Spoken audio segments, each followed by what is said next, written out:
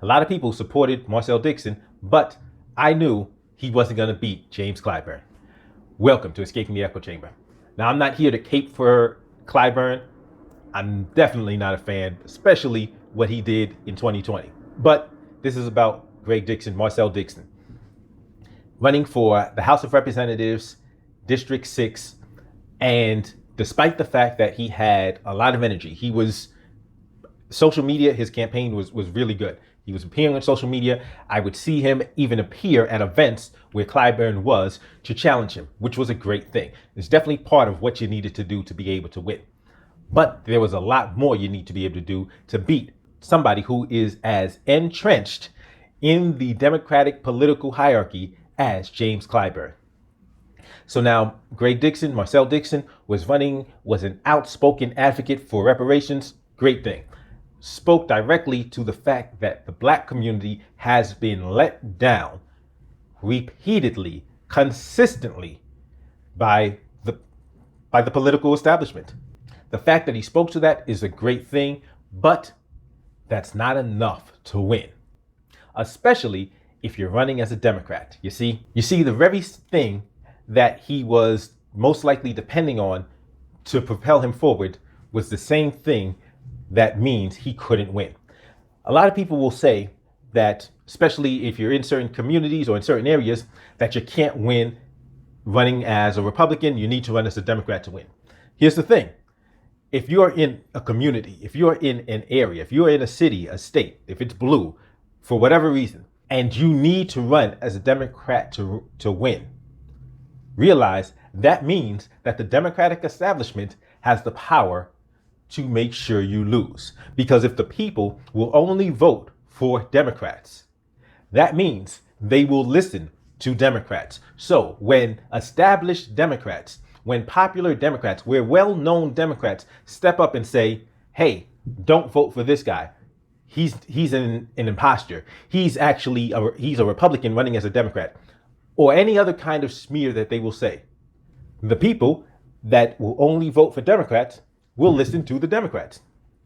The Democratic Party is a club. It's not government, but the Democratic Party acts as a gatekeeper to government.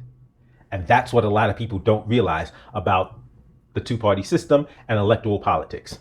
But there were a couple other things that I noticed about him that had me thinking, okay, yeah, I don't think he's actually going to win this one.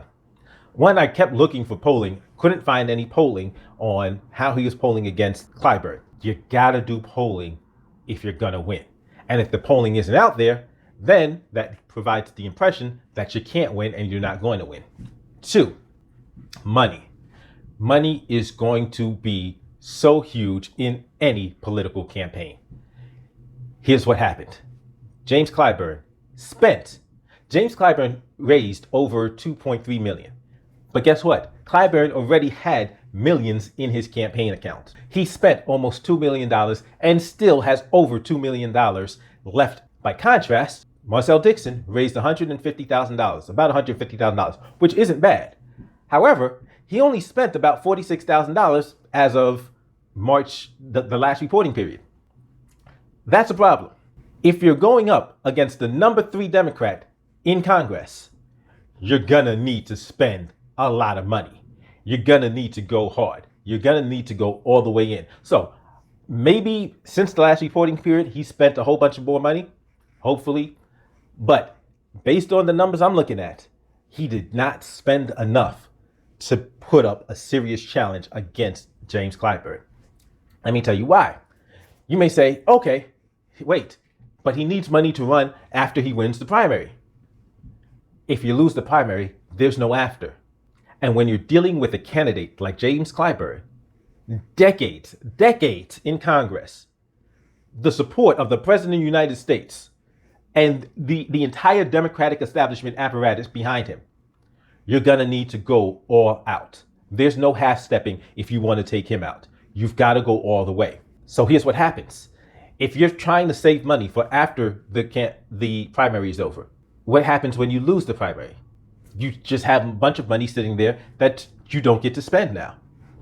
You see, you spend everything you can in the primary, especially if you're going up against a candidate like Clyburn. And here's why. Because after you beat him, if you manage to make your money work for you, if you manage to make your money accomplish what you're trying to do and knock down one of the most powerful, one of the most well-known, long-standing congressmen in the party, if you manage to do that, the money is coming after the primary. You don't have to worry about that. If you are the Democratic nominee after tonight, the money is coming, and a bunch more than you have right now. You do not need to worry. Ask AOC, because after AOC beat Joe Crowley, guess what happened? The money came. All of the interests that were aligned against her then said, okay, she got this. Make sure she wins, because they weren't going to let a Republican get in there. However, if you're going too hard at the Democratic Party, that's going to be a problem. That's going to make them come at you with even more fire, more zeal, and more ammo. That's when they will pull out all stops to make sure they stop you. But I don't think it even got to that point, because I think they felt Clyburn was comfortably in the lead and not really in danger from Marcel Dixon. But it was great to see him run. It was great to see him run on a platform of reparations. And I'm looking forward to see what he does in the future. As always, don't forget to hit the thumbs up, like, share, subscribe if you haven't subscribed already. And if you disagree with me, if you think, no, he could have won, he could have beat him anyway, he didn't need to do any of the stuff he said, give me a thumbs down and let me know how you think Marcel could have beat Clyburn at running as a Democrat. I'll see you next time.